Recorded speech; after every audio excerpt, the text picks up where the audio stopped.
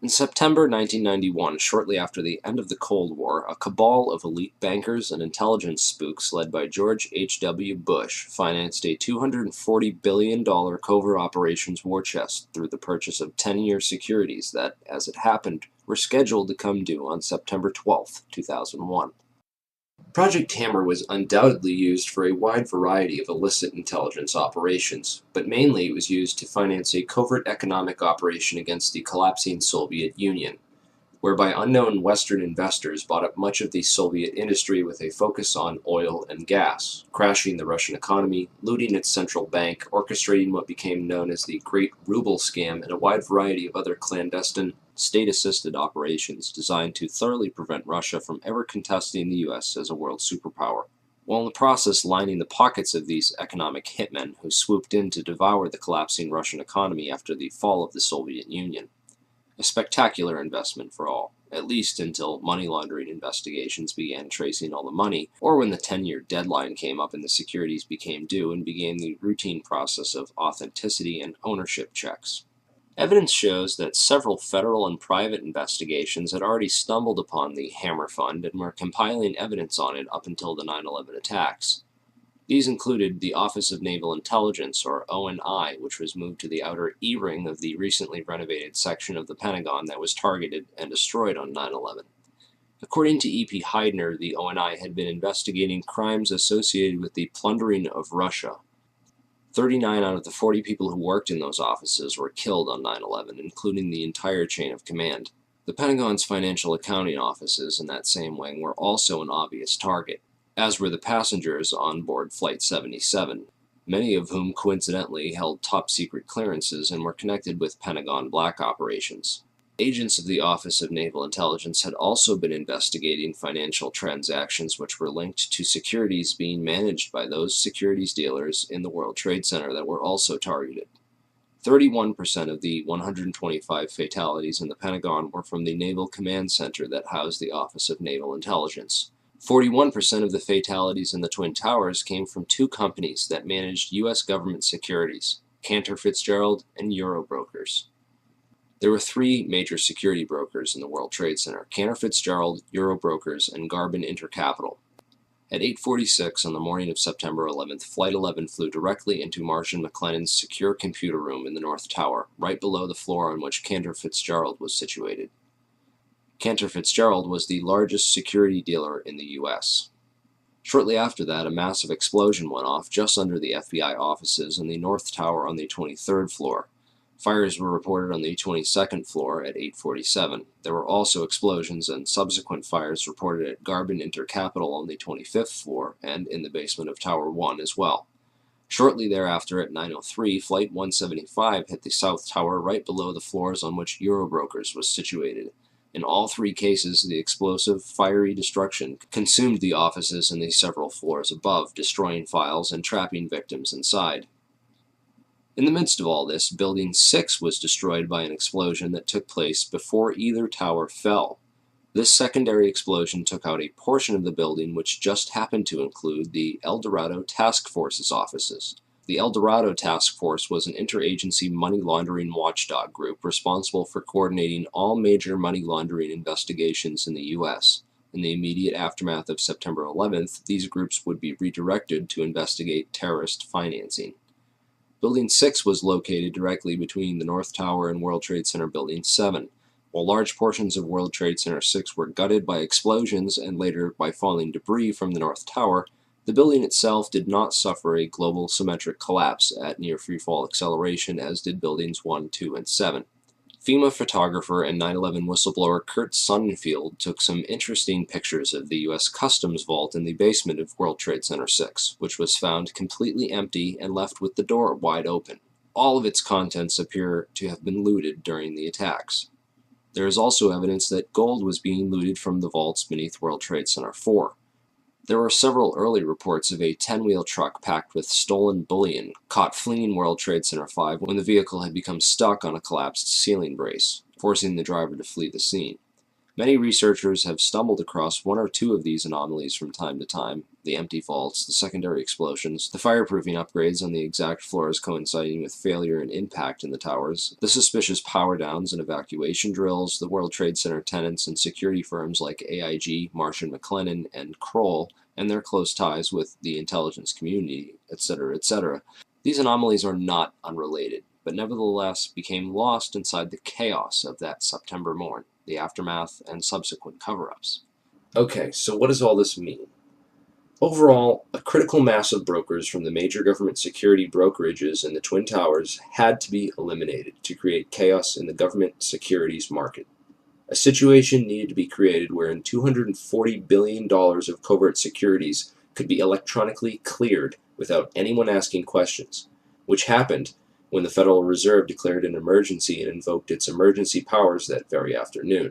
On September 14th, the Securities and Exchange Commission declared a national emergency and for the first time in U.S. history invoked its emergency powers under the Securities Exchange Act Section 12K and eased regulatory restrictions for clearing and settling security trades for the next 15 days.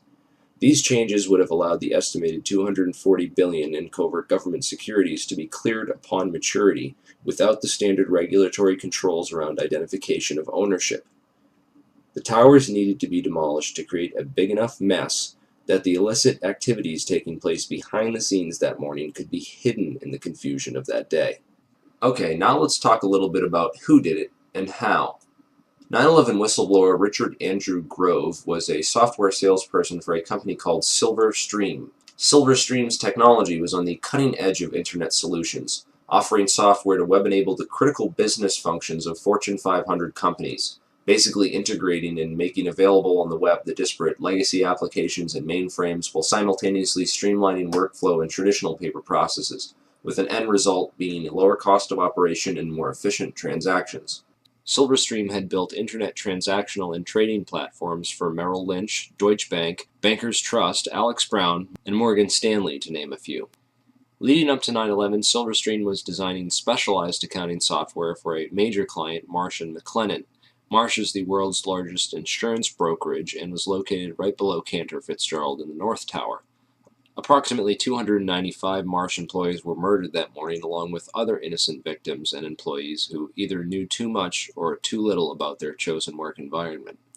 But most importantly, Silverstream provided a specific type of connectivity that was used to link AIG and Marsh & McLennan, the first two commercial companies on the planet to employ this type of transaction.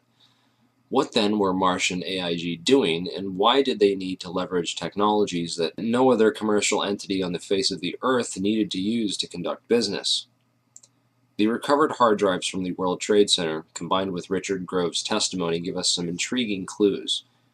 Grove discovered that Silverstream was overbilling Marsh to the tune of $7 million extra for fictitious and unneeded hardware. He also became aware of an exploitable flaw in the accounting software that had been sold to a variety of Marsh's clients and partners.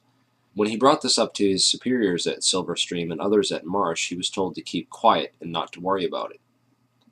But other friends of his at Marsh were also getting concerned and began documenting what was going on and raising concerns within the company. At last they were finally granted a hearing with one of Marsh's high-ranking executives and were told to bring all their evidence to a hearing scheduled for 8:30 a.m. on September 11, 2001, on the 93rd floor. The high-ranking member of Marsh, who Grove did not name, would participate via teleconference from the safety of his home, while Marsh employees and potential whistleblowers, Gary Lasko, Catherine Lee, Ken Rice, Richard Brewhart, and John Oltzhofer, would die in the meeting room in the North Tower with all their evidence when American Airlines Flight 11 would impact that very section of the building. Richard Grove fortunately got stuck in traffic that morning and didn't make it. Computer hard drives recovered from the World Trade Center show a spike in suspicious transfers that took place within the World Trade Center as the 9/11 attacks were unfolding. Richard Grove is convinced that these suspicious money transfers were performed electronically using Silverstream software, and that the overbilling of Marsh was hush money for the operations. It would certainly have helped clear up that $240 billion in securities and make it look like any of those companies might have done it. The recovered hard drives and financial transactions from 9/11 all show clear evidence that something was going on that morning. Marsh's CEO at the time was Jeffrey Greenberg, the son of Maurice Greenberg of AIG. Most insurance companies were hurting badly in late 2001 after $40 billion in insurance settlements had been paid out for the devastation caused by the 9/11 attacks. Yet one insurance company did not suffer quite the same losses as the other companies did. American International Group, or AIG as it turns out, is much more than an insurance company. With its long ties to the intelligence community, AIG was founded by OSS operative Cornelius V. Starr, 2 R's, the uncle of Clinton's friend Kenneth Starr. AIG currently operates a complex network of shell companies and other entities which operate internationally and have been used for clandestine intelligence gathering and other covert activities for decades. The company that ran security in the World Trade Center, Kroll Associates, was owned by AIG. The CEO of AIG on 9/11 was a guy named Maurice Greenberg, who was actually nominated for the position of Director of Central Intelligence after he authored a report for the Council on Foreign Relations, of which he's a high-ranking member, where he advocated that FBI and Drug Enforcement Agency agents operating abroad should not be allowed to act independently of either the ambassador or the CIA, lest pursuit of evidence or individuals for prosecution cause major foreign policy problems or complicate ongoing intelligence and diplomatic activities.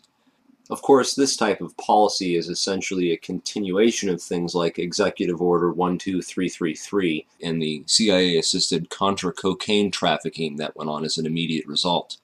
These backdoor agreements open the floodgates for government drug money laundering and narco-trafficking. Former LAPD narcotics detective turned whistleblower Michael Ruppert has written a series of excellent articles documenting AIG's involvement in drug money laundering, undoubtedly revealing yet another motive for the invasion of Afghanistan, a country which currently produces over 90% of the world's heroin supply.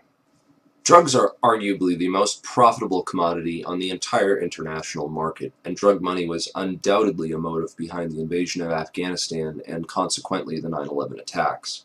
While companies like AIG launder the drug money for big banks, the actual drug production and trafficking can be traced back to the same Iran-Contra affiliates like Richard Armitage and Frank Carlucci.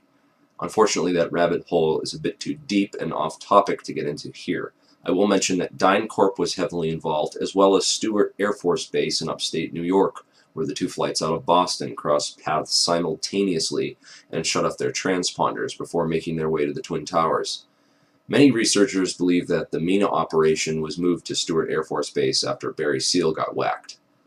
Richard Armitage was the Deputy Secretary of State on 9/11, and according to whistleblower Michael Springman, he was the man responsible for granting visas to 15 out of 19 of the 9/11 hijackers, allowing them to enter the U.S. and pursue flight training.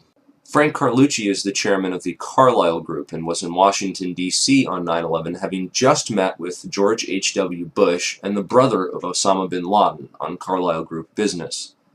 Frank Carlucci was also the chairman of BDM International, a company that served as a front for State Department black operations.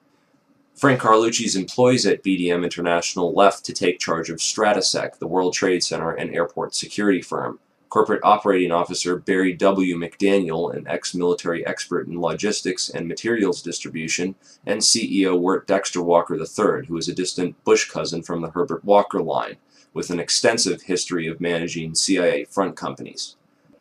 Marvin Bush, the president's brother, was also a board member at Stratesec, although Stratesec maintained contracts for security upgrades which were set to expire on September 11, 2001. They were not the company officially charged with World Trade Center security.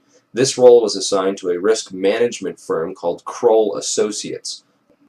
Kroll's chairman, Jerome Hauer, was a longtime personal friend of ex-FBI counterterrorism expert John O'Neill and was responsible for O'Neill's appointment as head of security for the World Trade Center just a few days prior to the 9/11 attacks.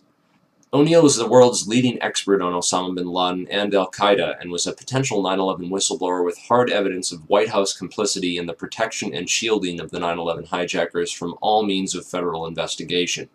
Al-Qaeda hijacking suspects were flagged by the Able Danger terrorist tracking program, which was also shut down by the White House. Able Danger whistleblower Anthony Schaefer claims the U.S. government destroyed over 6 terabytes of data related to Able Danger, which he also claims identified 9/11 ringleader Mohammed Atta as early as February of 2000. Those atop the chain of command in the White House, military, and intelligence establishment deliberately ignored all the warning signs of an impending attack. a clever strategy of plausible deniability which also served to portray those in charge as incompetent rather than complicit. In every major head throughout the chain of command on 9/11, from NORAD to the military, we see a repeated theme of complicity through negligence or incompetence. After 9/11, failure and incompetence was rewarded, and whistleblowers were silenced. Combined with the fact that 6 corporations control 90% of the media, and CIA operations like Mockingbird admit to taking over and subverting our U.S. media, we can understand how such a big lie could have been kept from the American public for so long. But if you stop and take the time to do your research, you'll find all the evidence is there, hidden beneath a mountain of disinfo and lies.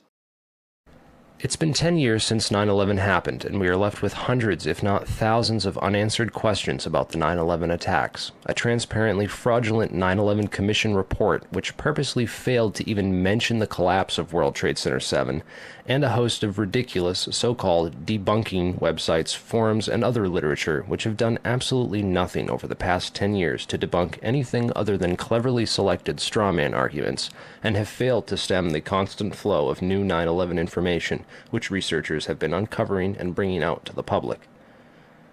Instead, they continue to label truth seekers, including family members of people who died on 9/11, as conspiracy theorists, and devise clever propaganda designed to prevent the general public from looking any further into the evidence or the actual claims of the so-called conspiracy theorists. In this video, we will take a deeper look into the so-called investigations, which have provided us with the official story, and why they deserve a more thorough examination.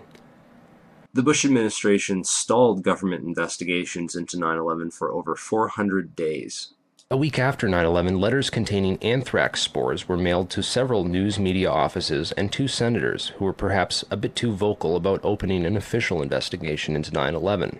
The anthrax used in the attacks was identified as an Ames strain, which means it had to have come from the U.S. Army Medical Research Institute of Infectious Diseases at Fort Detrick, Maryland. A member of that institute, Jerome Hauer, managed the National Institute of Health response to the anthrax attacks. Coincidentally, Hauer also warned the White House to start taking Cipro, an antibiotic which is effective against anthrax, a week before the attacks. Jerome Hauer also happened to be a managing director at Kroll Associates, which ran security at the World Trade Center up until the weekend before 9/11, when that role was personally handed off by Hauer to FBI agent John O'Neill, who would later die in the attacks, drawing strong suspicion that he was set up due to his knowledge of Al-Qaeda and the 9/11 hijackers, whom he was blocked from investigating while he was working at the FBI. In January 2002, President Bush personally asked Senate Majority Leader Tom Daschle to limit the congressional investigation into the events of September 11th. The Bush administration only formed the 9/11 Commission after being prodded by the victims' families, who lobbied Congress for over a year to open the investigations. When the Bush administration finally did open a 9/11 investigation, it was described by some members as set up to fail. The President has said only a minority of the Commission can see a minority of the documents, and then they have to clear what they're going to say to the rest of the Commission with the White House. If you're one of those 4 that gets to see these documents, would that change your opinion? No. They don't want any more eyeballs to see their documents than they can possibly get away with. It's a scam. It's absolutely disgusting. They even attempted to appoint Henry Kissinger, a known cover-up mastermind, as head commissioner. He resigned after victims' family members asked him sensitive questions about his connections to the bin Laden family and the Carlyle Group. Philip Zelikow wrote the conclusions for the report before the investigation ever began, and even then any areas which did not support the official story were neither mentioned nor investigated by the 9/11 Commission. 6 out of 10 members of that commission have discussed on record how the government lied about the official story, and 70% of the questions posed by the victims' families were never answered or officially investigated. It's important to look at what happened to the evidence from 9/11. The day of 9/11, most of the FBI was in Monterey, California on an agency retreat. Let's go to our State Department correspondent, Andrea Mitchell. Andrea, what can you tell us? Well, this from the FBI. The State Department has been evacuated. There was a meeting going on in the Operations Center. Other top officials were in the Situation Room at the White House. Colin Powell is in Bogota, Colombia, on a 2-day trip. But this very interesting information, Katie, Matt, and Tom, from the FBI, they had been operating a massive exercise from their hostage rescue unit All of their top teams, about 50 personnel, helicopters, equipment, were in Monterey, California for the last 2 days, scheduled to fly back today commercially. So all of those people are out of place. It's fair to say, according to sources that we've talked to here at NBC, that the FBI rescue operations and other FBI operations are really in chaos right now because they can't reach their officials in New York. All of their phone lines are down, and now you've got all of their special experts on this stuck in Monterey, California, trying to get a military flight back because there are no longer commercial flights. So they are seriously out of pocket, and there is a real breakdown of the FBI anti-terror coordination team, which is, of course, the principal team that would lead any effort and was so effective under Jim Kallstrom in New York City during the World Trade Center bombing and the TWA explosion, which, of course, turned out not to be terror. Andrea, is the State Department... This was essential for keeping the more experienced and honest members of the agency as far away from the crime scene as possible, while other agency insiders could be assigned to the investigations before their counterparts returned. Federal authorities such as FEMA and the CIA took immediate control over the crime scene and began whisking away evidence that very same night. Turner Construction, one of the primary contractors at Ground Zero, occupied the 38th floor of the North Tower and was involved in performing the fireproofing upgrades inside the towers. It has been noted that these upgrades were completed in the 3 years before 9/11 on floors that match up almost identically to the floors of impact and failure on 9/11. Once the cleanup was fully coordinated, the operations were consolidated under the control of two primary contractors, AMEC Construction Management and Bovis Lend-Lease. These are the two companies that were originally assigned to the areas of Ground Zero that included the North Tower, AMEC, and the South Tower, Bovis.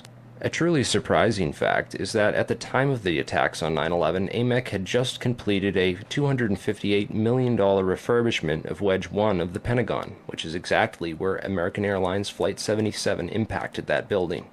Arguments over the size of the hole of the Pentagon and whether it was a plane or a missile are, in my opinion, a convenient distraction from the much bigger picture of why that section of the building was targeted and by whom. On September 10, 2001, Secretary of Defense Donald Rumsfeld announced that $2.3 trillion in unadjusted funds were missing from the Pentagon budget. The very next day, the offices whose responsibility it was for tracking that money down were destroyed when American Airlines Flight 77 impacted that very section of the building. The only off-site backup for the Pentagon's black budget financial records was a secure federal office building in the World Trade Center complex. Strangely, it too was destroyed on 9/11.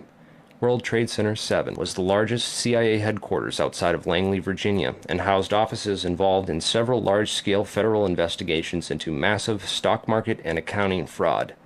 Not surprisingly, World Trade Center 7 was the first to be cleaned up and the evidence destroyed at Ground Zero. So if the Twin Towers and Building 7 were brought down in a controlled demolition, and the scientific evidence points to nanothermite, then who could have produced this and who could have put it in the buildings, and how did they get it there?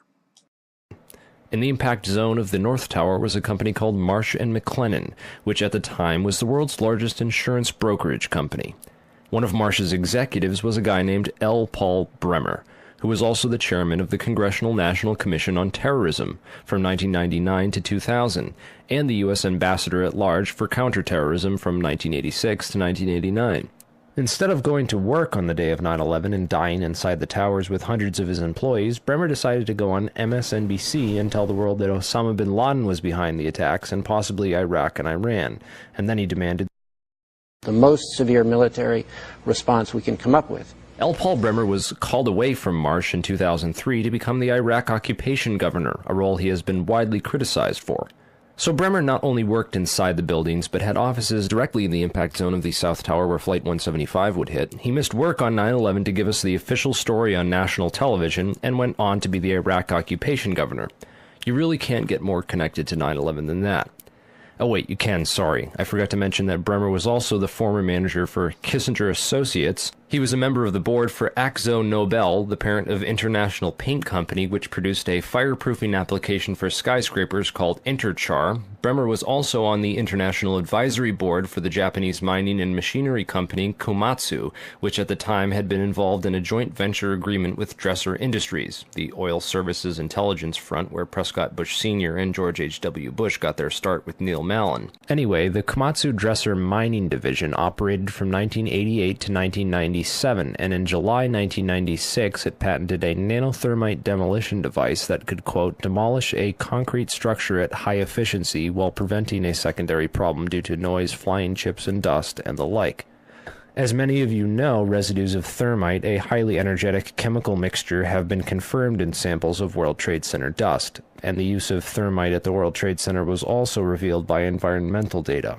See the description for more links and sources. Scientific Applications International Corporation, a defense contractor with expertise in thermite-related technologies, played a large part in the NIST World Trade Center investigation. A few other names and companies inside the Twin Towers also worthy of further investigation include Craig Stapleton, who is married to Bush's cousin Dorothy Walker Bush. Stapleton was the president of Marsh Real Estate Advisors from 1982 to 2001. He was a member of the board of directors for Cendant, that was charged with massive accounting fraud in 1998, and went on to join Winston Partners, a privately owned investment firm founded in 1993 and led by George W. Bush's brother Marvin. Other very powerful and well-connected people worked in senior management at Marsh. These included Stephen Friedman, a senior principal at Marsh Capital and former partner at Goldman Sachs, who later became George W. Bush's top economic advisor. Friedman was also a member of the Brookings Institution, the Bilderberg Group, the Foreign Intelligence Advisory Board, and the board at In-Q-Tel, the investment firm founded by the CIA in 1998. In-Q-Tel invests in state-of-the-art technologies related to defense and intelligence work, including nano and chemical technologies, according to its website. In another interesting coincidence, Friedman belonged through Cornell University to a secret society called Quill and Dagger, the membership of which includes Paul Wolfowitz, Sandy Berger, and Stephen Hadley. Wolfowitz, the neocon Deputy Secretary of Defense in the Bush administration, was the author in 1992 of the Wolfowitz Doctrine of preemptive warfare. He also made comments about a surprise-like Pearl Harbor months before 9/11 and met with Pakistani ISI General Mahmoud Ahmed in the week before 9/11. Berger, the national security advisor to President Clinton, was later caught stealing documents from the 9/11 Commission investigation. Berger was also the boss of White House counterterrorism czar Richard Clarke, and together with Hadley, who was Condoleezza Rice's deputy, was responsible for delaying or obstructing Clarke's plans to stop al-Qaeda in January of 2001. Jeffrey Greenberg resigned from Marsh & McLennan after being accused of serious financial crimes. The first plane of 9/11 flew directly into his company's secure computer room in the North Tower. Jeffrey Greenberg is a member of the Brookings Institution and the Trilateral Commission. Jeffrey Greenberg rose quickly through management at Marsh, having come there directly from AIG in 1995, and then becoming CEO just 4 years later. At Brookings, Greenberg hobnobbed with Lee Hamilton, co-chair of the 9/11 Commission. There's also Jim Pierce, another Bush cousin, who was managing director of Aon Corporation, who, according to the NIST report, modified unknown sections of Floor 83 in the South Tower in 1997. Jim Pierce had arranged a meeting on the 105th floor of the South Tower for that morning. Pierce survived that day, despite the fact that 12 people came to the meeting in the South Tower and 11 of them died. The location of the meeting had been changed the night before to the Millennium Hotel, where Pierce watched the South Tower as it was hit by the aircraft. Apparently, the meeting attendees were not all notified of the change in location. Another interesting character is Joseph Kasputis, of Baseline Financial Service, which occupied the impact zone of the South Tower on floors 77 and 78, where United Airlines 175 impacted. Kasputis has a history of being well connected to the highest levels of government, as well as to the defense and intelligence industries. Kasputis worked from 1972 to 1977 for the U.S. Department of Commerce and Defense. He was also the deputy director of Nixon's White House task force that dealt with the Arab oil embargo of 1973, and was instrumental in the creation of the Department of Energy. Kasputis went on to run a large corporation called Primark that had offices in both towers on 9/11. One of the subsidiaries of Primark, the Analytical Sciences Corporation, TASC, worked with so-called black or top-secret programs. TASC also worked closely with the National Institute of Standards and Technology. Kasputis was also a member of the Logistics Management Institute, LMI, whose members included Paul Kaminsky of In-Q-Tel and General Dynamics, Charles DiBona of Halliburton, Skull and Bones member Joseph Samuel Nye, and Michael Daniels of Scientific Applications International Corporation. LMI's self-proclaimed role is advancing the science of government. Casputi's connections to the DOE from 1977 through at least 1997 are interesting, considering that the DOE was developing thermite ignition devices as early as 1983. Joseph Casputis went on to become the CEO of Baseline Financial Services, which was directly in the impact zone on the 78th floor of the South Tower. According to NIST, Casputis Baseline Financial modified the southeast corner of Floor 78 in 1999, exactly where the aircraft hit on 9/11. Floors 77 and 78 were upgraded for fireproofing in June and April of 1998, respectively. Another company of interest on Floor 91, just above the impact zone for the South Tower, was Washington Group International. This company was known primarily as a construction and mining firm, and it had just acquired Raytheon Engineers in July of 2000. In 1996, Washington took over Morrison Knudsen, an engineering and construction firm that had a history of working on large-scale projects around the world, including in China, Iran, Afghanistan, and Saudi Arabia. The Army Corps of Engineers hired Morrison Knudsen to demolish over 200 buildings in 1995. One of the DOE facilities for which Washington was responsible well before 9/11 was the Savannah River site near Aiken, South Carolina. In February of 1997, Lawrence Livermore National Labs and the Savannah River site signed an agreement of cooperation to share technology. Savannah went on to add developing sol gel technology for fuels and other applications to its portfolio. Sol gel technology is utilized by Lawrence Livermore National Laboratories for making nanothermites. In another coincidence, Savannah River Technology staff participated in the search and rescue operations at Ground Zero by providing unique tools. Just before 9/11, Washington was going through a tough time financially and sought Chapter 11 bankruptcy protection. Securities and Exchange Commission documents show that Washington made court-ordered pre-petition payments as part of these proceedings to a number of companies, including Komatsu. Washington also made payments to Greenhorn and O'Mara, whose employee, Teresa McAllister, was a lead author of the FEMA and NIST reports on the World Trade Center disaster, and to Sumitomo Bank, which was closely allied with Komatsu. Building 7 was a 47-story federal office building in the World Trade Center site, which collapsed at 5:20 p.m. on the afternoon of 9/11. This building was home to the CIA, in fact, the largest CIA headquarters outside of Langley, Virginia. It also housed offices for the Secret Service and the Securities and Exchange Commission. One of the most interesting tenants, however, was then Mayor Giuliani's Office of Emergency Management and its Emergency Command Center on the 23rd floor.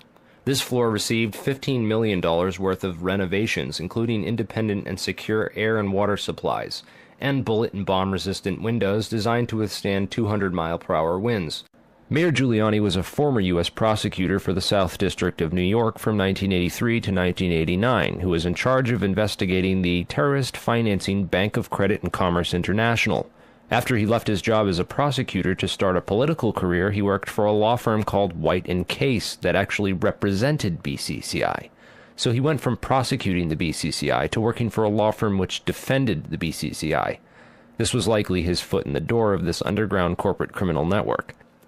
Giuliani would later help to destroy all the crime scene evidence from Ground Zero.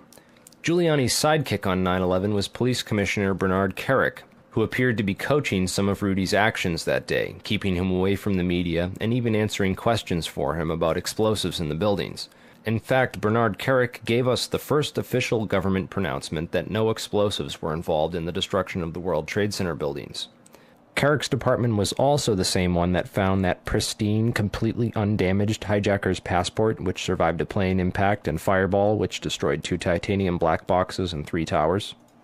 Yeah, Kerik would later receive a nomination from President Bush to become Director of Homeland Security, which he declined for personal and political reasons, and instead took a job training the Iraqi police force in Iraq alongside L. Paul Bremer. Both men are credited for turning Iraq into the unwinnable quagmire it is today. In February of 2010, Kerik was sentenced to 4 years in federal prison for conspiracy and fraud charges, unrelated to the crimes of 9/11, unfortunately, but it still goes to show you what kind of person he is. Definitely the kind of person you'd want inside the New York City police force during a staged event like 9/11. And lastly, we have the Pentagon. It's certainly peculiar, to say the least, that al-Qaeda terrorists hell-bent on destroying the USA would not crash their plane into the north wing of the Pentagon, where all the most important offices were, like Donald Rumsfeld, John Ashcroft, etc., and that they would instead choose to target the one section of the Pentagon that had most recently been refurbished to withstand missile impacts. It's also interesting to note that the company which completed the $258 million refurbishment to Wedge 1 of the Pentagon was also hired as a contractor to clean up Ground Zero in New York City. Wedge 1 also coincidentally housed the Pentagon's Budget Analyst Office, where DoD staffers were working on the mystery of the $2.3 trillion that was reported missing by Defense Secretary Donald Rumsfeld in a press conference the day before 9/11. The Pentagon's comptroller in charge of that money at the time was an interesting fellow named Dov Zakheim, a member of the Council on Foreign Relations, the International Institute for Strategic Studies, and a contributor to the neocon think tank Project for the New American Century. Zakheim helped write the PNAC document Rebuilding America's Defenses, in which he is credited for the line which states, "Further, the process of transformation, even if it brings revolutionary change, is likely to be a long one, absent some catastrophic and catalyzing event, like a new Pearl Harbor." Several members of the Bush administration, including President Bush himself, would later refer to 9/11 as a new Pearl Harbor. A respected and established voice in the intelligence community, his views were eagerly accepted. And Dov went from his position at Systems Planning Corporation to become the comptroller of the Pentagon in May of 2001. Perhaps not so coincidentally, it was an SPC subsidiary, Tridata Corporation, that oversaw the investigation after the terrorist attacks on the World Trade Center in 1993. SPC, according to their official website, specializes in many areas of defense technology production and manufacture, including a system developed by their radar physics group called the Flight Termination System, or FTS. This is a system used to destroy target drones, craft that would be fired on by test aircraft or weaponry, in the event of malfunctions or misses. This highly sophisticated wargame technology allows the control of several drones from a remote location on varying frequencies and has a range of several hundred miles. This technology can be used on many different types of aircraft, including large passenger jets. According to the SPC website, a recent customer at that time was Eglin Air Force Base, located in Florida. Eglin is very near another Air Force base in Florida, MacDill Air Force Base, where Dov Zakheim contracted to send at least 32 Boeing 767 aircraft as part of the Boeing Pentagon tanker lease agreement. As the events of September 11, 2001 occurred, little was mentioned about these strange coincidences and the proximity of Dov Zakheim and his group. Since there was little physical evidence remaining after the events, investigators were only left with photographic and anecdotal evidence. This is a photograph of the Flight Termination System module from their site. Note it has a cylindrical shape and is consistent with the size and shape of the object observed under the fuselage of Flight 175. The Boeing lease deal involved the replacement of the aging KC-135 tanker fleet with these smaller, more efficient Boeing 767s, which were to be leased by Dov Zakheim's group. The planes were to be refitted with refueling equipment, including lines and nozzle assemblies.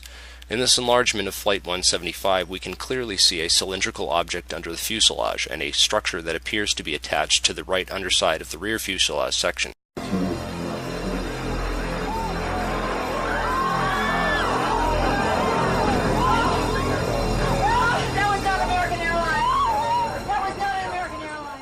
When seen in comparison, it is obvious that the plane approaching the Trade Center has both these structures, the FTS module, and the mid-air refueling equipment, as configured on the modified Boeing 767 tankers. Of particular interest is the long tube-like anomalous structure under the rear fuselage area of 175. This structure runs along the right rear bottom of the plane. The equipment attached to the underside of the plane which hit the World Trade Center is identical in every single way to the Boeing 767s issued by Dov Zakheim. Whoa, whoa, whoa. Bring it back. The video you're watching now came from Loose Change First Edition. Did you catch that? It appears to show the FTS pod self-destructing just before impact.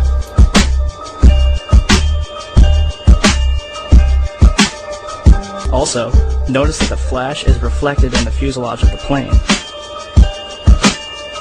The flash is also present in footage taken by Evan Fairbanks, Jennifer Spell, CNN. Al-Qaeda certainly couldn't have added this equipment at Logan International Airport. And even if they did, the flight crew would have noticed it. So where did this plane come from? Another interesting piece of 9/11 evidence is the last 12 seconds of UA-175. Since every amateur videographer in New York City had their cameras pointed up at the burning Tower 1, the second plane strike was filmed from nearly every conceivable angle.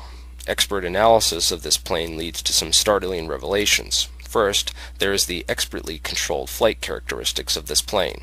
During its last 12 seconds of flight, UA-175 made a single corrective maneuver so perfectly timed and executed that it's unlikely it was piloted by human hands. One of the things that jumped out at me when I looked at the footage of the video of Flight 175 as it went into the World Trade Center is it appeared to me that there was something on the under fuselage of that aircraft that did not belong there, at least not with a commercial airliner.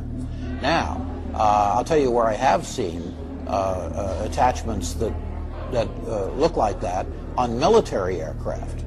So the question you have to answer now is, was that the commercial airliner that hit the World Trade Center, or possibly was it an aircraft that looked very similar but was a military type airplane?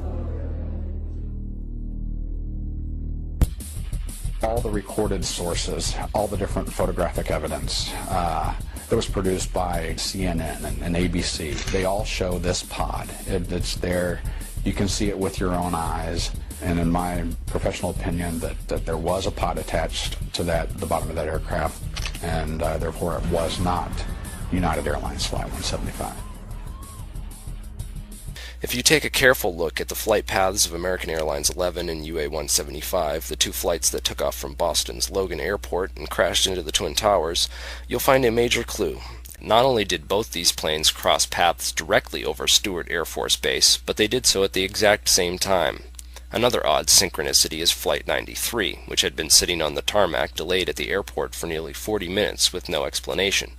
Originally scheduled to take off at 8:01 a.m., it was delayed until the moment that Flight AA-11 crashed into the North Tower at 8:43 a.m. Another interesting piece of evidence that ties Stewart Air Force Base to the center of this 9/11 conspiracy is the white mystery planes spotted over Washington and the Pentagon. Through careful investigation, we've been able to map out the flight paths of these two ominous aircraft, which have been identified as E-4Bs, a type of aircraft that the military uses as mobile command posts. What concerns me is that both of these aircraft took off from and landed at Stewart Air Force Base. Another interesting coincidence I found was that Flight 93 turned around directly over Hopkins Airport, and Flight 77 turned around directly over Tri-State Airport. Webster Tarpley has done some of the most thorough research into the wargame exercises that were taking place on the day of 9/11. But this white mystery plane, the Doomsday plane, what was it doing over the Pentagon and the White House on 9/11? Who was flying in that plane? What were they doing? Being the comptroller for the Pentagon and the chief financial officer, you have to kind of wonder what Dov Zakheim was doing on 9/11.